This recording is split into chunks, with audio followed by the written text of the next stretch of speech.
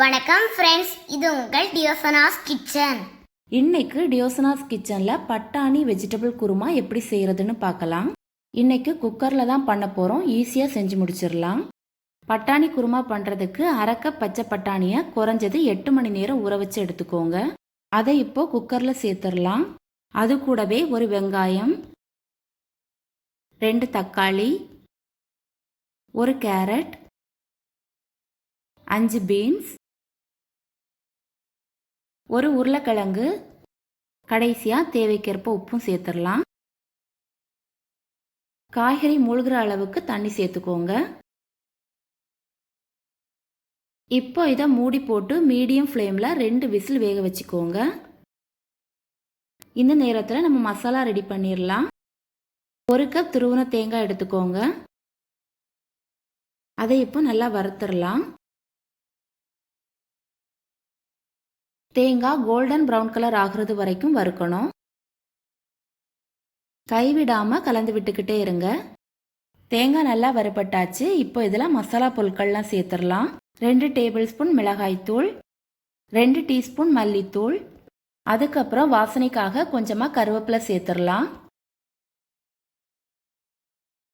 எல்லாத்தையும் சேர்த்து நல்லா கலந்து விட்டு 1 நிமிஷம் வறுத்துக்கோங்க. எல்லாம் நல்லா வறுபட்டாச்சு. இப்போ ஸ்டவ் ஆஃப் பண்ணிடலாம். நல்லா ஆறுனதுக்கு அப்புறம் அரைச்சிக்கோங்க.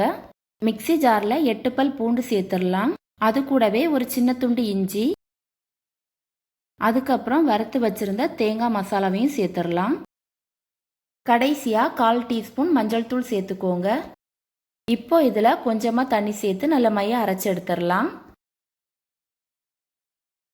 2 விசில் வந்து ப்ரெஷரும் ரிலீஸ் ஆயாச்சு. இப்போ இதை நம்ம ஓப்பன் பண்ணி பார்த்துடலாம். காயெல்லாம் நல்லா வெந்து வந்திருக்கு. இப்போ தாளிச்சிடலாம். தாளிக்கிறதுக்கு ஒரு பாத்திரத்தில் 2 டேபிள் ஸ்பூன் எண்ணெயை சூடுபடுத்திக்கோங்க. எண்ணெய் சூடானதும் 1/2 டீஸ்பூன் கடுகு சேர்த்துக்கோங்க. கடுகு பொரிஞ்சதும் 1/2 டீஸ்பூன் உளுந்தம்பருப்பு சேர்த்துடலாம். இப்போ இதில் வேக வச்சு எடுத்து வச்சிருந்த பட்டாணி, அதுக்கப்புறம் காய்கறியும் சேர்த்துடலாம்.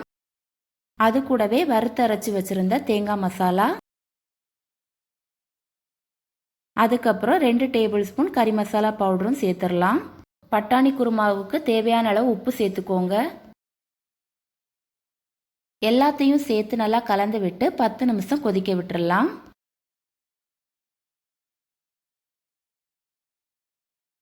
பாருங்க, நல்லா கொதிச்சு வந்திருக்கு. இப்போ இதில் வாசனைக்காக கொஞ்சமாக கருவேப்பிலை, அதுக்கப்புறம் கொஞ்சமாக மல்லி இலையும் சேர்த்துடலாம். எல்லாத்தையும் சேர்த்து நல்லா கலந்து விட்டுட்டு ஸ்டவ் ஆஃப் பண்ணிடலாம். டேஸ்டியான பட்டாணி வெஜிடபிள் குருமா ரெடி. இந்த வீடியோ பிடிச்சிருந்தா டியோசனாஸ் கிச்சன் சேனலுக்கு லைக் பண்ணுங்க, ஷேர் பண்ணுங்க, கமெண்ட் பண்ணுங்க, மறக்காம சப்ஸ்கிரைப் பண்ணுங்க ஃப்ரெண்ட்ஸ். தேங்க்யூ.